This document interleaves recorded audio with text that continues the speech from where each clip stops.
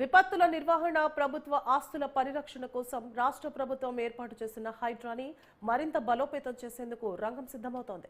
ప్రస్తుతం గ్రేటర్ హైదరాబాద్ పరిధి వరకు ఉన్న హైడ్రాను హెచ్ఎండిఏ వరకు విస్తరించనుంది. మొత్తంగా వ్యవస్థను 3 జోన్లుగా విభజించి వాటి బాధ్యతలను ఎస్పీ స్థాయి అధికారులకు అప్పగించాలని ప్రభుత్వం నిర్ణయించింది. హైదరాబాద్ పోలీస్ కమిషనరేట్ సెంట్రల్ జోన్గా, సైబరాబాద్ ను నార్త్ జోన్గా, రాచకొండను సౌత్ జోన్గా విభజించనుంది. వీటికి జోనల్ అధికారులు, పూర్తిస్థాయి సిబ్బందిని నియమించేందుకు కసరత్తు మొదలైంది. ఈ 3 జోన్లను చీఫ్ కమిషనర్ పర్యవేక్షించనున్నారు. 2 నెలల కిందట ప్రత్యేక జీవో ద్వారా ఏర్పాటైన హైడ్రాకు చట్టబద్ధత కల్పించేందుకు న్యాయశాఖ అధ్యయనం చేస్తోంది. దీనిపై ఆర్డినెన్స్ జారీ చేయాలని ప్రభుత్వం నిర్ణయించింది. ఇటీవల జరిగిన బడ్జెట్ సమావేశాల తర్వాత శాసనసభను ప్రోరోగ్ చేసిన నేపథ్యంలో ఆర్డినెన్స్ల జారీకి ప్రభుత్వానికి వెసులుబాటు లభించిందని హైడ్రా చీఫ్ ఏవి రంగనాథ్ వివరించారు. ఈ మేరకు వారం 10 రోజుల్లో ముసాయిదాను సిద్ధం చేసేందుకు అధికారులు పనిచేస్తున్నట్లు తెలిసింది. ఇక వచ్చే అసెంబ్లీ సమావేశాల్లో ఈ చట్టానికి సంబంధించిన బిల్లును సర్కార్ ప్రవేశపెట్టనుంది.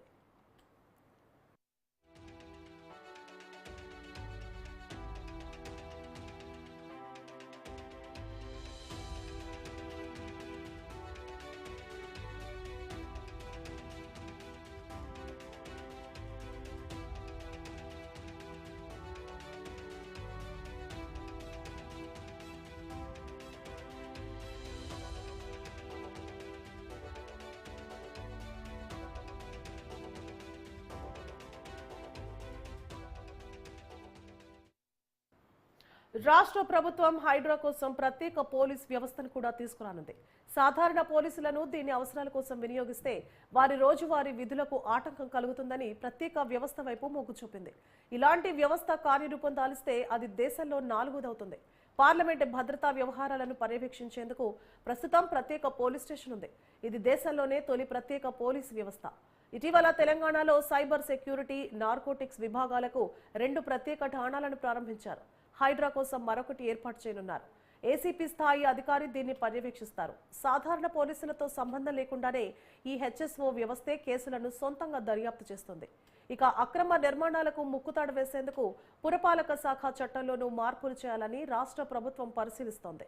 అక్రమ కట్టడాలు పెచ్చుమీరుతుండటంతో వాటిని మొత్తంగా స్వాధీనం చేసుకుని వేలం వేసేందుకు వీలుగా చట్టానికి సవరణలు చేయాలన్నది ప్రభుత్వ ఆలోచనగా ఉంది. భవన అనుమతులు జారీ చేసేటప్పుడు నిర్మాణ విస్తీర్ణంలో 10% స్థానిక సంస్థకు నిర్మాణదారులు తనఖా పెడతారు. ఒకవేళ వారు నిబంధనలను అతిక్రమిస్తే ఆ 10% ప్రాంతాన్ని స్థానిక సంస్థ స్వాధీనం చేసుకుంటుంది. లేదంటే అక్రమంగా నిర్మించినంత వరకు సంబంధిత కట్టడాన్ని కూల్చేస్తుంది. ఇకపై అనుమతికి మించి అక్రమంగా నిర్మించిన ప్రాంతం మొత్తాన్ని స్వాధీనం చేసుకుని బహిరంగ వేలం వేయడానికి స్థానిక సంస్థలకు అధికారం లభించేలా చట్టంలో సవరణ తెచ్చేందుకు ప్రభుత్వం కసరత్తు చేస్తుండడం గమనార్హం.